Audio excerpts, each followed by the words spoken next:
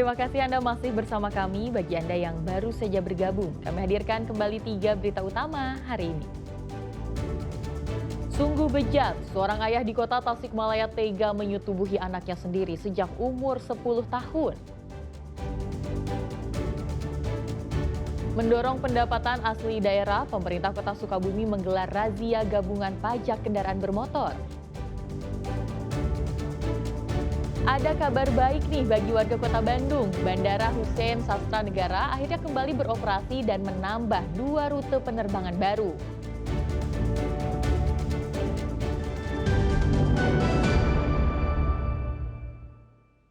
Sindiran anggota DPR terhadap pemberian donasi yang digalang relawan bagi korban banjir dan longsor di Sumatera jadi sorotan publik. Publik menilai seharusnya anggota DPR tak perlu mengomentari donasi yang digalang relawan. Ada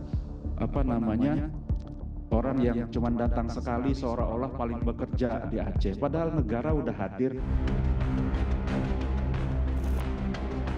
Pernyataan anggota Komisi 1 DPR, Endipat Wijaya, dikritik netizen. Netizen menilai seharusnya anggota DPR tidak perlu mengomentari donasi yang digalang relawan. Kritik netizen berawal saat rapat Komisi 1 DPR dengan Kementerian Komdigi. Endipat Wijaya meminta Komdigi lebih aktif menyebarkan informasi mengenai kerja pemerintah dalam menangani bencana. Ia menyindir ada pihak yang baru sekali datang tapi seolah-olah paling aktif bekerja. Dan membantu pemerintah memberitahukan dan mengamplifikasi informasi-informasi itu sehingga nggak kalah viral dibandingkan dengan teman-teman yang sekarang ini sok paling-paling di Aceh, di Sumatera dan lain-lain itu, Bu. Ada orang yang cuma datang sekali seolah-olah paling bekerja di Aceh, padahal negara udah hadir dari awal. Ada orang baru datang, baru bikin satu posko, ngomong pemerintah tidak ada, padahal pemerintah sudah bikin ratusan posko di sana. Menurut pengamat, seharusnya DPR mempertanyakan kinerja badan yang menangani bencana karena pemerintah dinilai masih gagap menghadapi bencana yang terjadi di 3 provinsi di Sumatera. Korban yang kemudian harusnya kita bisa minimalkan, ya seperti yang Anda sebutkan tadi, sekarang mendekati 1.000 dan yang hilang juga belum ditemukan, bahkan bisa jadi ya angkanya bisa bertambah terus menjadi lebih dari 1.000 gitu. Ini satu hal yang sangat kita sayangkan. Kenapa situasi yang dulu pernah terjadi dan Aceh itu menjadi laboratorium kebencanaan Indonesia, tapi kemudian kita masih juga tergagap-gagap, ke jumlah korbannya juga tinggi. Dan seharusnya teman-teman anggota Dewan juga ini mempertanyakan ini leading sektor dalam kebencanaan ini, PNPB dan juga BMKG dan berbagai lembaga-lembaga yang saya dengar anggarannya kemudian dikurangi. 2 pekan setelah bencana banjir dan longsor di Sumatera, belum semua korban yang hilang ditemukan. Masih banyak akses jalan yang terputus, sampai bantuan untuk korban sulit masuk. Air bersih, aliran listrik juga belum pulih. Tim Liputan 6 SCTV melaporkan. Kunjungan Presiden Prabowo Subianto ke Pakistan disambut upacara kenegaraan. Prosesi ini menandai dimulainya rangkaian kunjungan kenegaraan Presiden Prabowo di Pakistan. Prosesi penyambutan dibuka dengan dikumandangkannya lagu kebangsaan Indonesia Raya dan disusul lagu kebangsaan Pakistan. Presiden Prabowo kemudian melakukan pemeriksaan pasukan kehormatan dengan didampingi inspektur upacara.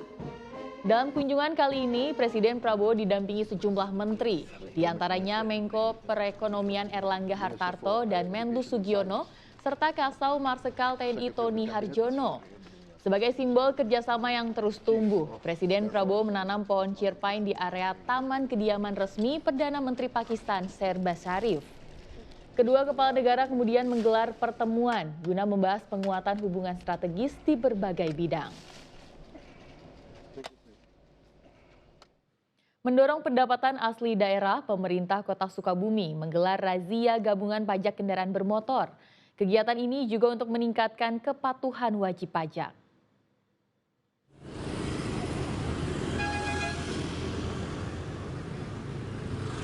Petugas gabungan Selasa siang menggelar razia pajak kendaraan bermotor di Jalan Nasional RA Kosasih, Kota Sukabumi.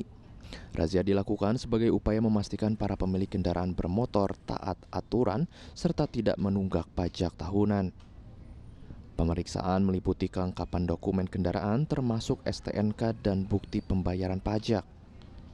Bagi warga yang kedapatan menunggak pajak, langsung diarahkan untuk segera melunasi di gerai samsat keliling yang telah disiapkan di lokasi razia. Dalam razia ini, petugas juga tetap memeriksa kendaraan berplat TNI, Polri, serta plat merah. Menurut Kepala P3DW Samsat Kota Sukabumi, operasi ini merupakan langkah nyata pemerintah dalam menertibkan administrasi kendaraan sekaligus meningkatkan pendapatan asli daerah Kota Sukabumi. Yang pertama, menjaring semua kendaraan yang menunggak. Tujuannya pertama, diharapkan kalau bisa membayar hari ini langsung kami sediakan loket pembayaran melalui Samsat Samling. Bagi yang belum punya, ada diberikan surat pernyataan kapan sanggupnya seperti itu. Jadi tujuannya adalah memberikan perhatian kepada masyarakat untuk selalu membayar atau taat bayar pajak kendaraan bermotor khususnya. Kepatuhan warga terhadap pajak kendaraan sangat penting karena hasilnya kembali untuk pembangunan daerah mulai dari infrastruktur, pelayanan publik hingga peningkatan kesejahteraan masyarakat. Asep Didi melaporkan dari Sukabumi. Sebanyak 5,4 juta batang rokok ilegal dimusnahkan petugas Bea Cukai Bogor. Selain merugikan pendapatan negara hingga miliaran rupiah, pemusnahan ini dilakukan untuk memberikan efek jera kepada pelanggar.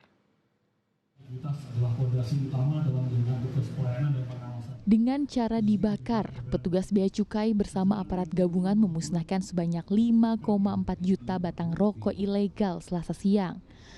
Rokok ilegal tanpa cukai ini merupakan hasil sitaan petugas dari sejumlah distributor dan pengecer di 6 kota di wilayah Jawa Barat, yakni Kota dan Kabupaten Bogor, Kota Depok, Kabupaten Cianjur, dan Kota Kabupaten Sukabumi. Rata-rata rokok yang disita dalam kurun 1 tahun terakhir berasal dari luar provinsi seperti Jawa Tengah, Jawa Timur, hingga Batam. Selain merugikan potensi pendapatan negara hingga 8 miliar rupiah, penindakan ini dilakukan untuk memberikan efek jera kepada pelanggar aturan kepabeanan dan cukai. Itu adalah sebagian besar adalah hasil tembakau atau rokok. Kalau kita dari penelitian, ini sebetulnya bukan produksi di wilayah Bogor Raya ini. Jadi kita ini hanya tempat pasar saja, pemasaran.